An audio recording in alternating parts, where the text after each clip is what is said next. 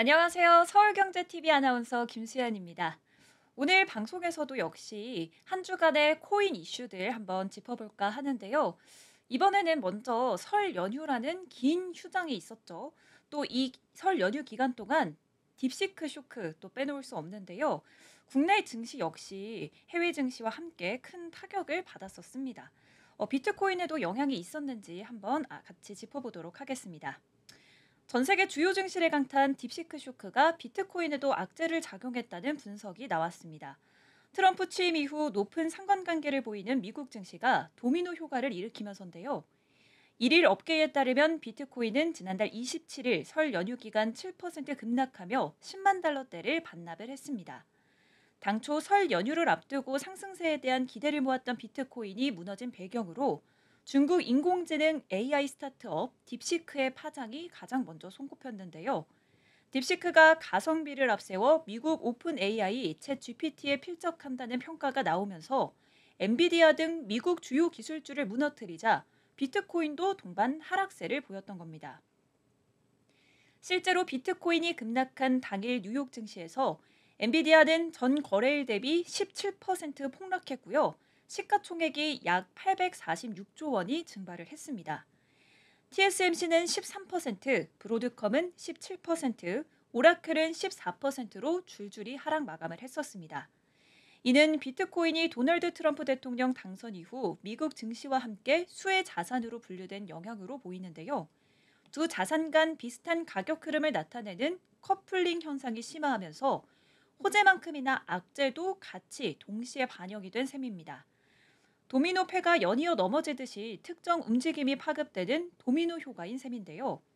글로벌 가상자산 거래소 비트파이넥스가 지난달 29일 주간 분석 보고서를 통해서 딥시크가 주력 모델 아론을 공개하면서 주식시장과 높은 상관관계를 유지하는 비트코인이 동반 하락한 것 같다 이렇게 평가를 했습니다.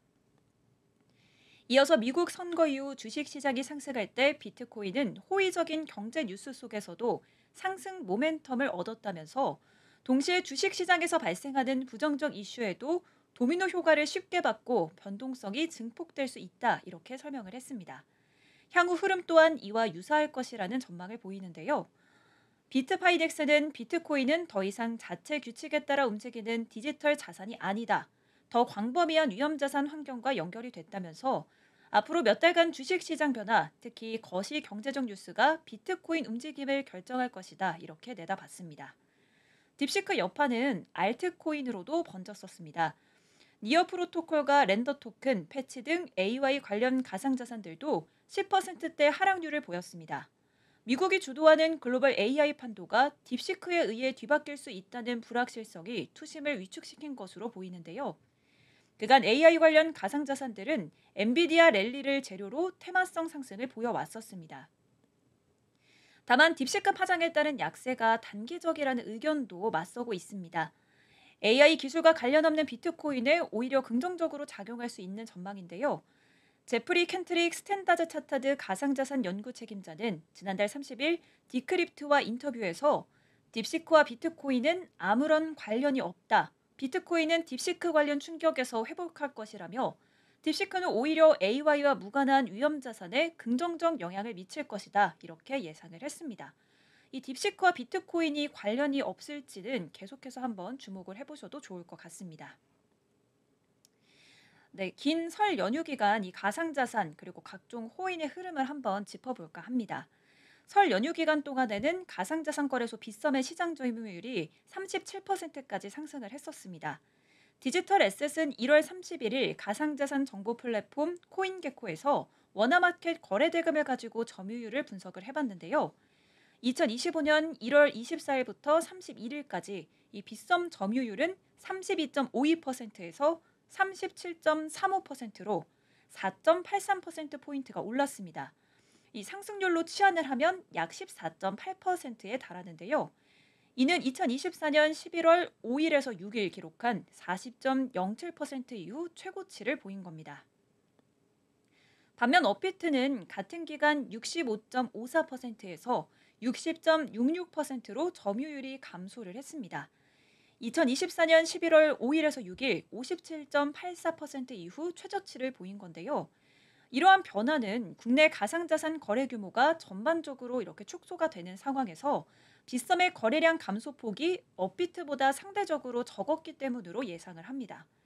실제로 업비트 거래 대금은 1월 24일에서 25일 약 6조 4,700억 원에서 1월 30일에서 31일 약 3조 9천억 원으로 약 40%가량 감소를 했습니다. 반면 빗썸은 약 3조 2,100억 원에서 약 2조 4천억 원으로 25% 줄어드는 데 그쳤는데요. 코인원, 코빗, 고팍스 등 다른 거래소와 비교를 해도 빗썸의 감소폭이 가장 낮았습니다. 이 같은 현상이 왜일까 한번 살펴보면 연휴 기간 동안 KB국민은행 사전 등록 이벤트와 에어드롭 이벤트 등 적극적인 마케팅을 펼친 영향으로 보입니다. 먼저 빗썸은 1월 20일부터 KB국민은행 사전 등록을 시작했습니다. 3월 25일부터 원화 입출금 은행이 NH농협은행에서 KB국민은행으로 변경이 됐는데요. 이를 사전에 등록하는 절차를 마련을 한 겁니다. 더불어 1월 23일부터 KB국민은행 계좌를 사전 등록하면 고객에게 보상을 하는 이 이벤트도 시작을 했습니다. 또 연휴 기간 동안 솔 브로프토토콜, 스웰 네트워크, 소닉 SVM 등 에어드롭 이벤트도 열었습니다. 에어드롭 이벤트에 참여하려면 해당 가상자산을 거래해야 하는데요. 이런 이벤트로 인해 상대적으로 거래대금 감소폭이 다른 거래소보다 적으면서 시장 점유율이 상승한 것으로 풀이가 됩니다. 원화 입출금 은행 변경과 각종 이벤트가 현재도 진행 중에 있으니까요. 한번 참고를 해보셔서 거래를 하면 좋을 것 같습니다. 다음으로는 리플 관련해서 알아보도록 하겠습니다. 리플이 첫 글로벌 온라인 리플 커뮤니데이를 열고 이 올해 리플의 주요 목표를 공유를 했습니다.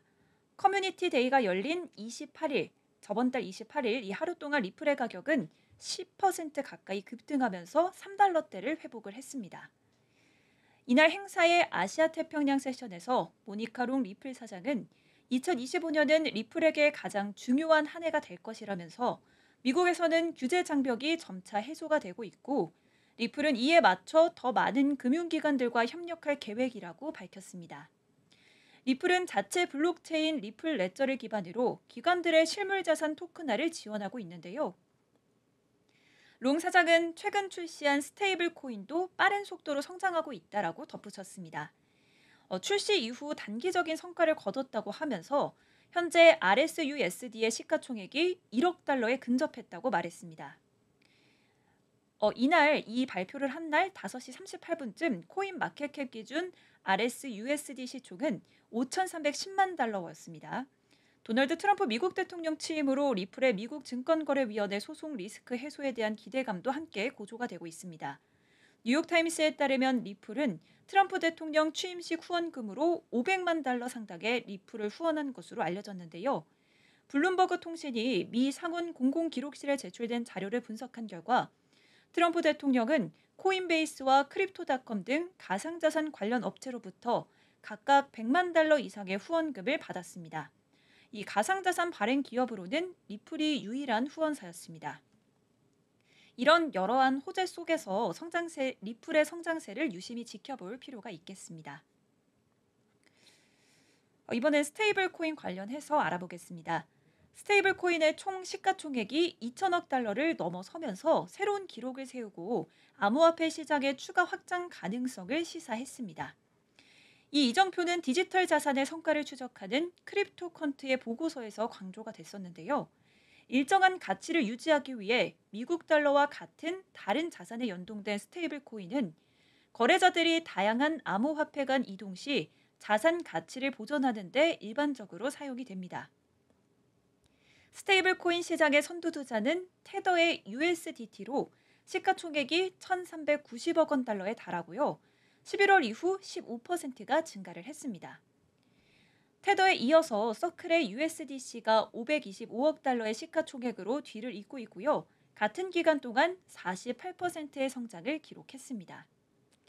스테이블 코인 시장은 상당한 성장을 보여왔는데요. 11월 초 이후 시가총액에 370억 달러를 추가를 했습니다. 이는 도널드 트럼프 대통령이 미국 선거에서 승리한 이후 기간과 거의 일치를 하는데요. 크립토컨트의 보고서에서는 스테이블 코인 유동성 증가가 비트코인 및 다른 암호화폐 가격의 상승 움직임의 전조가 될 수 있다고 제안을 합니다. USDT의 유동성 변화는 연초 2% 축소 이후 30일 기준으로 약간의 긍정적인 변화를 보여왔습니다. 반면 USDC의 유동성은 30일 기준으로 20% 급증을 했고요. 이는 1년 만에 가장 빠른 성장 속도를 기록한 겁니다. 비교적으로 비트코인은 50% 이상의 가치 상승을 보였고 트레이딩뷰의 토탈 지표로 측정된 전체 암호화폐 시가총액은 2.2조 달러에서 3.5조 달러로 증가했습니다. 스테이블 코인의 시가총액 증가와 유동성 변화는 암호화폐 부문에서의 전반적인 활동 증가와 관심 증대 추세를 반영하기 때문에 전체적으로 이렇게 한번 짚어봤는데요.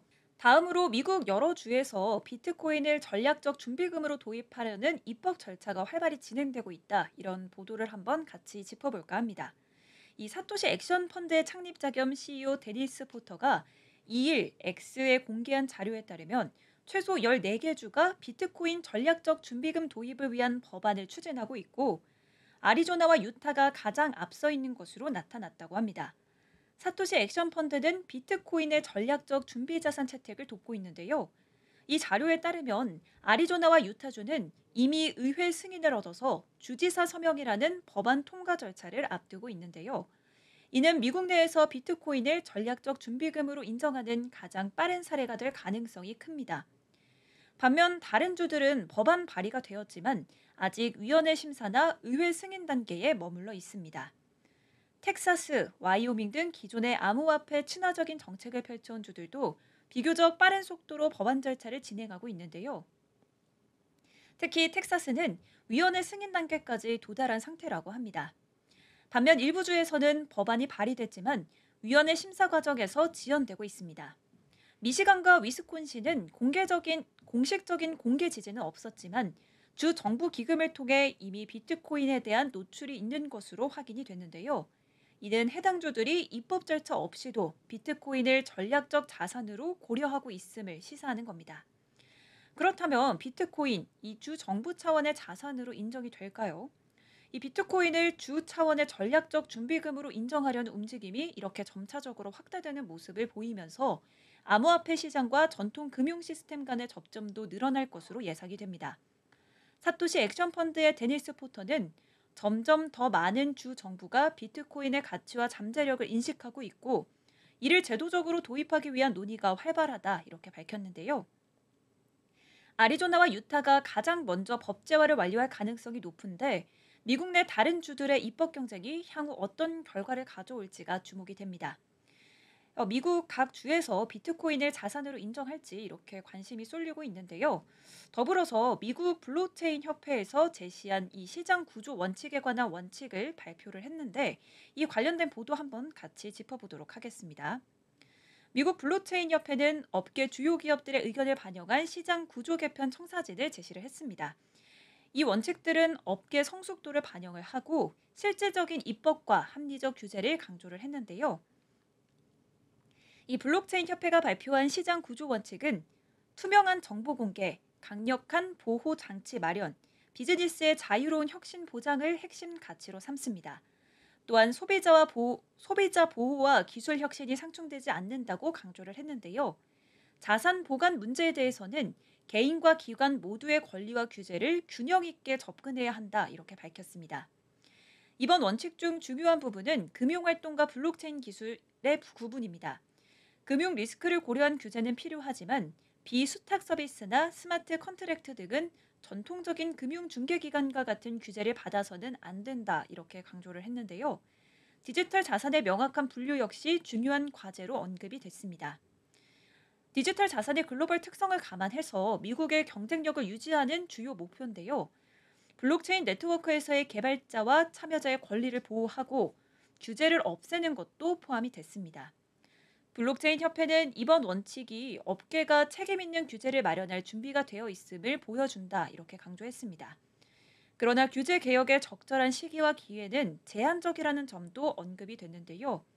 협회는 정책 입안자들과 협력을 통해 현명한 규제를 마련할 기회를 놓치지 말아야 한다 이렇게 밝혔습니다. 설 연휴 기간 동안 비트코인이 10만 달러 아래로 급락을 했었습니다. 비트코인 가격이 10만 달러 밑으로 이렇게 계속 하락을 하면서 긴장감이 고조되고 있는데요. 2일 기준 오후 5시 35분에 비트코인이 99,753달러로 거래되면서 6일 만에 다시 10만 달러 아래로 내려갔습니다. 이는 도널드 트럼프 미국 대통령이 중국과 캐나다, 멕시코 상품에 각각 25%와 10%의 추가 관세를 부과한 후 발생한 현상인데요. 지금은 잠깐 유예가 되기는 했지만 이때 이렇게 말을 하고 비트코인이 급락을 했었습니다. 이때 트럼프 대통령이 중국, 캐나다, 멕시코 상품에 추가 관세를 부과하는 행정명령에 서명을 했고 이 세 국가의 강력한 반발을 불러일으켰었죠. 캐나다 에너지 자원에서는 10%의 관세가 또 추가로 부과될 예정이었는데요. 백악관은 불법 이민과 유해한 펜타닐 및 기타 약물의 유입을 막기 위해 과감한 조치를 취하고 있다 이렇게 설명을 했고요. 전문가들은 관세가 인플레이션을 더 높이고 금리 인상을 유발해서 투자자들이 암호화폐와 같은 위험 자산에 더 전통적인 자산으로 이동할 수 있다고 보고 있습니다.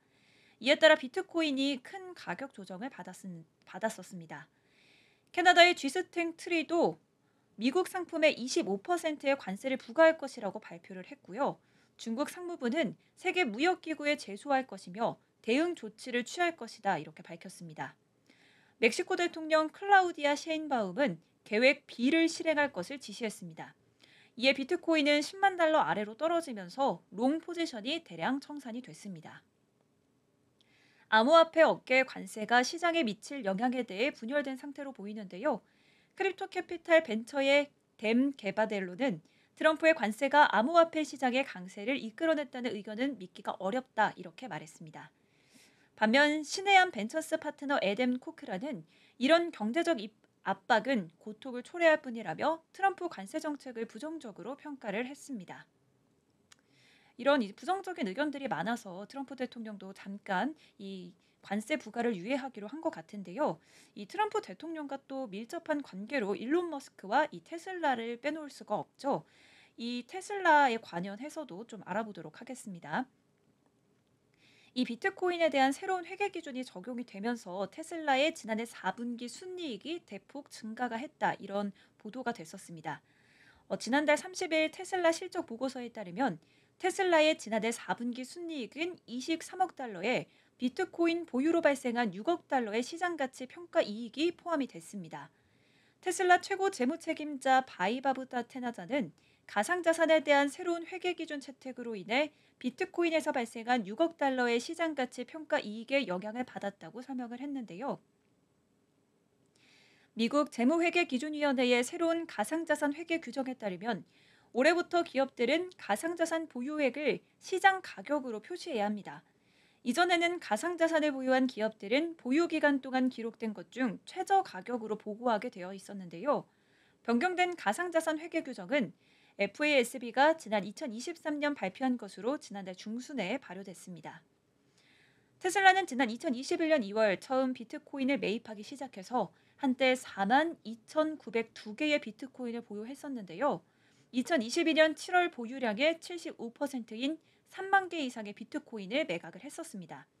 이후 지난해 3분기 실적 보고서에서 테슬라는 분기 말 보유한 비트코인 가치를 1억 8,400만 달러로 기재를 했고 지난해 4분기 실적 보고서에서 분기 말 기준 10억 7,600만 달러로 보고를 했습니다. 가상자산 회계 기준 변경과 비트코인 가격 상승으로 인해서 3개월 만에 비트코인 보유 가치가 10배 가까이 급등한 겁니다.